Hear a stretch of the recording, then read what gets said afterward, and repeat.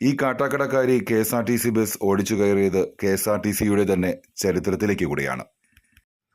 കാട്ടാക്കടയിൽ taxi ഡ്രൈവറായിരുന്ന റസാലത്തിന്റെയും ശാന്തയുടെയും മകൾ കാട്ടാക്കട പനയങ്കോട് തടത്തരികത്തെ വീട്ടിൽ welding തൊഴിലാളിയായ ബെനാർജിന്റെ ഭാര്യ രാജിയാണ് ആനവണ്ടിയുടെ വളയം പിടിച്ച് ചരിത്രത്തിൽ ഇടം നേടുന്നത്. സംസ്ഥാനത്തെ രണ്ടാമത്തെ വനിതാ കെ.എസ്.ആർ.ടി.സി ഡ്രൈവറും തിരുവനന്തപുരം ജില്ലയിലെയും കാട്ടാക്കട ഡിപ്പോയിലെയും ആദ്യ വനിതാ കെ.എസ്.ആർ.ടി.സി ഡ്രൈവറുമായി മാറിയിരിക്കുകയാണ് രാജി. കുട്ടിക്കാലത്ത് അച്ഛൻ്റെ കാറും പിന്നീട് ലോറിയും ഒക്കെ വീട്ടിൽ കൊണ്ടുവരുമ്പോൾ വാഹനം കഴുകാനും അറ്റകുറ്റപ്പണിക്കുമൊക്കെ കൂടെ കൂടി. അങ്ങനെ തുടങ്ങിയതാണ് രാജിക്കും വാഹനങ്ങളോടുള്ള ഇഷ്ടം.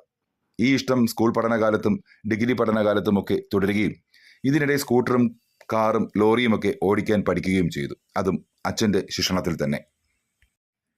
വാഹനത്തോടുള്ള ഇഷ്ടം കൂടുതൽ സമയം വാഹനം ഓടിക്കണമെന്ന ആഗ്രഹം ചെന്നെത്തിയത് ഡ്രൈവിംഗ് സ്കൂൾ